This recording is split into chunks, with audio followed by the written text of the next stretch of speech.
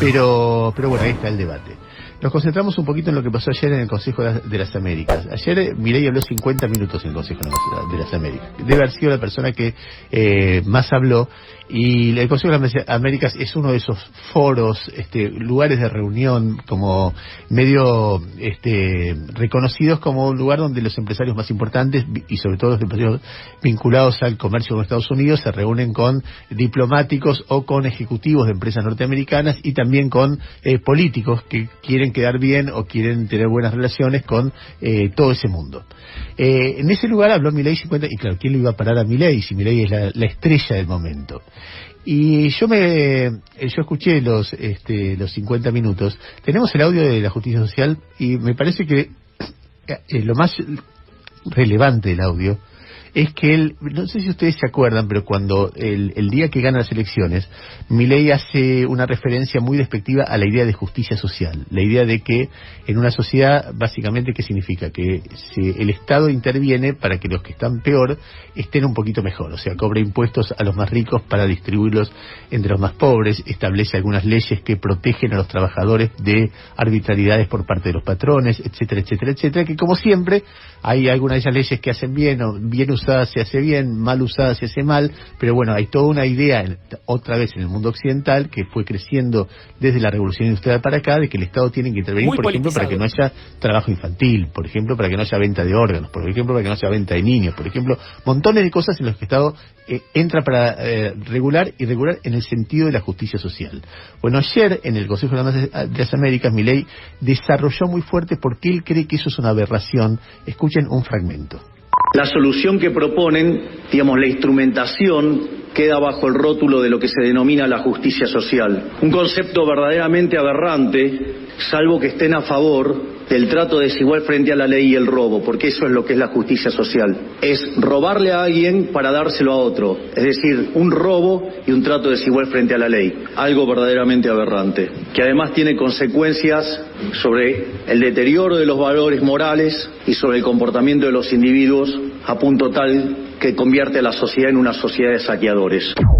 El encanto de la película Robin Hood era justamente que el tipo robaba a los ricos para darle a los pobres, y fue siempre utilizado como un símbolo de lo que en una sociedad donde hay gente muy rica, gente que tiene 5 departamentos, de repente el Estado puede regular para que el tipo tenga 4 y haya uno que lo tiene que tenga 1, de alguna manera. Pero claro, utilizada mal, frena la actividad, genera pobreza, depende los métodos, la manera, etcétera. El eje de Milei es un personaje muy agresivo, si uno lo escucha. Yo sé que me gustaría tener gente de Milei cerca o tengo en la cabeza oyentes que deben tener hijos que votan a Milei, o ellos mismos pensando votar a Milei, y yo digo esto, y realmente no quiero agredir a nadie ni quiero poner en cuestión, pero si ustedes lo escuchan, van a ver que adjetivan mucho a otras personas. Y permanentemente dicen los economistas chantas, los políticos, nunca identifica, o casi nunca identifica a nadie, salvo que si alguien se refiere a él, pero permanentemente tiene eso, que vengan a debatir conmigo, que yo les llevo ventaja porque trabajé, todo el tiempo hay un yo que soy mejor, que tengo la verdad, y cualquiera que me discute o es comunista, o es un chanta, o tiene grilletes, etcétera, etcétera. Eso está regado en todo el discurso. Que eso, viniendo de la personalidad, un candidato menor, bueno, uno puede convivir con eso. Con un presidente es distinto, porque permanentemente va a haber este tipo de cosas, y después la claque que lo aplaude, y la gente que agrede a quienes él agrede, etcétera, etcétera. Pero en lo central, sacando esa cuestión de forma de Milei, ayer planteó su plan, y el plan que planteó Milei ayer, no, lo que parece en tono revolucionario, lo que parece una revolución es en realidad una repetición. ¿Qué es lo que planteó básicamente? Planteó un gran ajuste del gasto público, primero. El gran ajuste de gasto público, o sea, un recorte del Estado Nacional, interpreto yo, es acompañado por un recorte, una eliminación de subsidios, o sea, suba de tarifas de gas, de luz, de transporte, etcétera, suba de combustibles. Luego de eso planteó eliminación de las transferencias a las provincias, o sea, el esquema de ajuste clásico que estaba planteando cualquier candidato. Después habló dentro del ajuste habló también de privatización de empresas públicas. Después habló de desregulación del mercado laboral, es decir, eliminar indemnizaciones o tratar de reducir las regulaciones del mercado laboral. Y dijo que estamos arrancando un periodo que en 35 o 50 años nos va a poner a Argentina en el lugar de la Argentina potencia.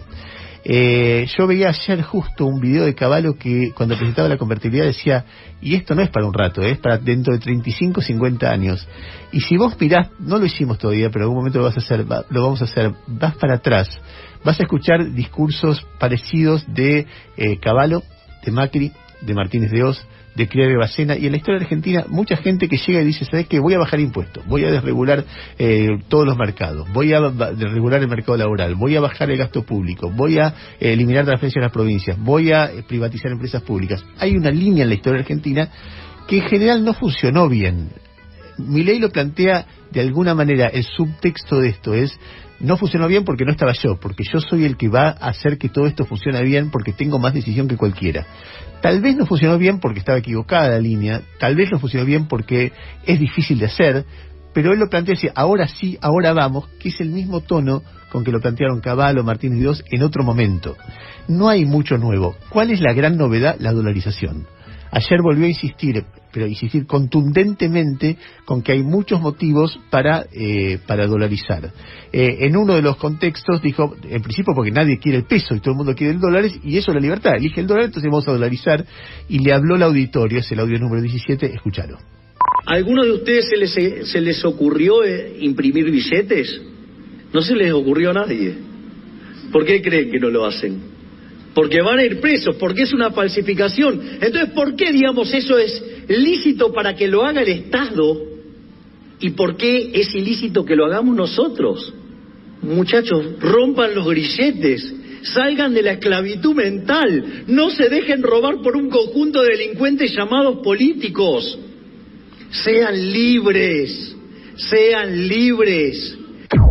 Todo da para pensar cuando dice ¿por qué el Estado tiene el monopolio de la emisión de billetes? ¿Y por qué tiene el monopolio de la fuerza? ¿Por qué no puede haber un ejército privado, una guerrilla, por ejemplo? Bueno, es evidente porque no se puede convivir. El Estado tiene el monopolio de algunas cosas. De cualquier manera, es el planteo de Milei. Y después un poco de estilo. Escuchalo a Milei. Aquellos economistas toscos, duros de mente, con anteojeras ideológicas, dicen la inflexibilidad de los precios a la baja. Le hago una pregunta, ¿ustedes son empresarios? ¿Acaso ustedes no conocen los mercados de futuros? ¿Ustedes no conocen los mercados de opciones? ¿Acaso ustedes no saben cubrirse de esos riesgos? ¿Cómo le van a tolerar a un econochanta que les diga qué pueden hacer o no? Economistas con anteojeras, econochantas, es insulto. De repente hay alguien que piensa distinto y por ahí tiene razón. Escucha un poquito más, dale. Naturalmente, este modelo que solo sirve para la casta, donde la casta no solo son los políticos ladrones, sino que también se compone de los empresarios prebendarios, es decir, a aquellos que les gusta hacer negocios con el Estado para tener la vaca atada. También se compone de los sindicalistas que entregan a sus trabajadores en lugar de representar a los trabajadores. Y también se compone de los micrófonos ensobrados y de los profesionales. Bueno, ahí está toda la descripción de todos los enemigos de Milei, desde periodistas, empresarios, etcétera, empresarios prebendarios que les gusta trabajar con el Estado, que es donde él trabajó toda su vida. Por eso hay mil cosas para decir, que hay contraste entre lo que dice y lo que hace, pero es interesante escucharlo porque es lo que viene, o parece ser lo que viene de Argentina.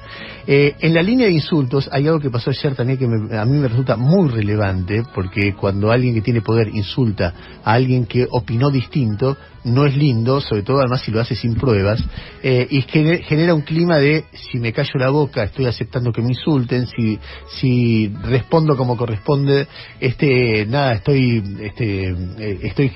exponiéndome. Victoria Villarroel, la candidata a vicepresidenta, le preguntaron por la opinión de Lali Espósito, que expresó su tristeza y preocupación ante el triunfo de Milei, y le respondió de esta manera, escuchá.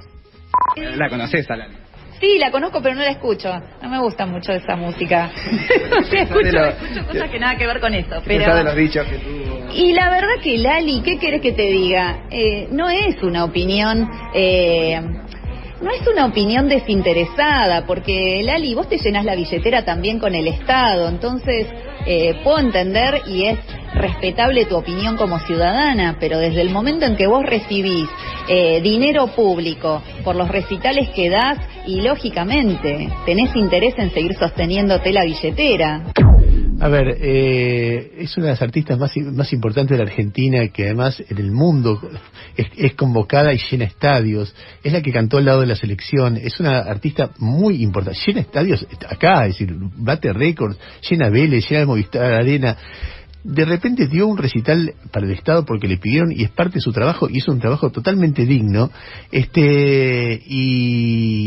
es digno, qué sé yo, y además la idea de que porque cobró un recital para el Estado, eso maneja su opinión, qué sé yo, no me parece que la gente trabaje así. Uno tiene su opinión y además tiene su laburo, y no labura, no piensa igual que el lugar de que labura. Por ahí alguna gente sí, por ahí ella sí, pero además hay un desnivel ahí entre alguien que nada, se sacó la grande en un proceso político como Victoria Villarroel y probablemente sea vicepresidenta. Hemos tenido muchos vicepresidentes y algunos ni nos acordamos quiénes eran, y una de las artistas más populares de la Argentina que tiene el talento de llegar a multitudes. Hay un desnivel muy grande entre una persona que es de las mejores que están en lo que ella hace, y otra persona que en su vida no conozco un libro, no conozco nada que a mí me deslumbre defendió a militares. Bueno, está bien, tiene todo el derecho de hacerlo y el respeto por su posición, pero no mucho más. En cualquier caso, estamos limitándonos, yo sé, a esta síntesis de noticias a describir un fenómeno político, un fenómeno económico, un fenómeno en términos de estilo personal, que es el fenómeno que empieza a instalarse como dominante en la Argentina, y nos van a tener que tener paciencia, porque como es tan fuerte lo que pasa, nosotros, por lo menos yo me veo obligado a poner atención, explicarlo, analizarlo. En un rato vamos a hablar de otros, con Jairo, de otros costados de la reunión muy importante del Consejo de las Américas. Hubo empresarios que hablaron, y en lo que hablaron se refleja mucho de su pensamiento respecto de la Argentina, de sus prioridades, etcétera, y es muy notable porque es un lugar muy amable donde de repente se vuelve muy expresiva cosas que siguen en privado. Hay un personaje ayer muy relevante que fue Natalio Grimman, el de la Cámara de Comercio Argentina, que habló contra los piquetes, habló a favor de la libertad, como se usa mucho el ejemplo de 1880, tenemos que volver a aquella Argentina que crecía, no saben lo que eran los términos de intercambio en aquel momento. Hay algunas cosas que faltan en ese relato, pero de cualquier manera vamos a analizarlo también. Patricia Bullrich, en su intento por recuperar centralidad política, ayer reunió a muchos dirigentes de Juntos por el Cambio, hizo 2 discursos, fue apoyada por Horacio Rodríguez Larreta. Hay un debate que para mí es menor, pero que también lo vamos a dar cuenta en el programa de hoy, que es el debate acerca de los BRICS, si Argentina entró a un grupo, a un foro, no sé cómo llamarlo, una organización de un grupo de países donde las estrellas son Brasil, Rusia, India y China. Y entonces para el gobierno lo destaca como un hecho histórico, que no lo es, y para la oposición lo destaca como un hecho que muestra que la Argentina está saliéndose de Occidente, que tampoco lo es. O sea, hay una discusión muy tonta entre gente importante, que no tiene demasiada relevancia, pero después también lo vamos a reflejar. Ahí estamos, son las 7:30, no tuve tiempo, me metí tanto en mi ley que no tuve tiempo ni para darle espacio a Jairo, pero lo haremos dentro de un ratito, hablando de economía, hablando de qué pasó con los empresarios, vamos a hacer un bloque de eso. Mientras tanto, a las 7:30 de la mañana, Garba, que le gusta cargarme, que se ríe porque tengo 60 años, se ríe porque no sé hacer gimnasia, se ríe, a él le gusta cargar, te cuenta la temperatura y te regala la primera canción.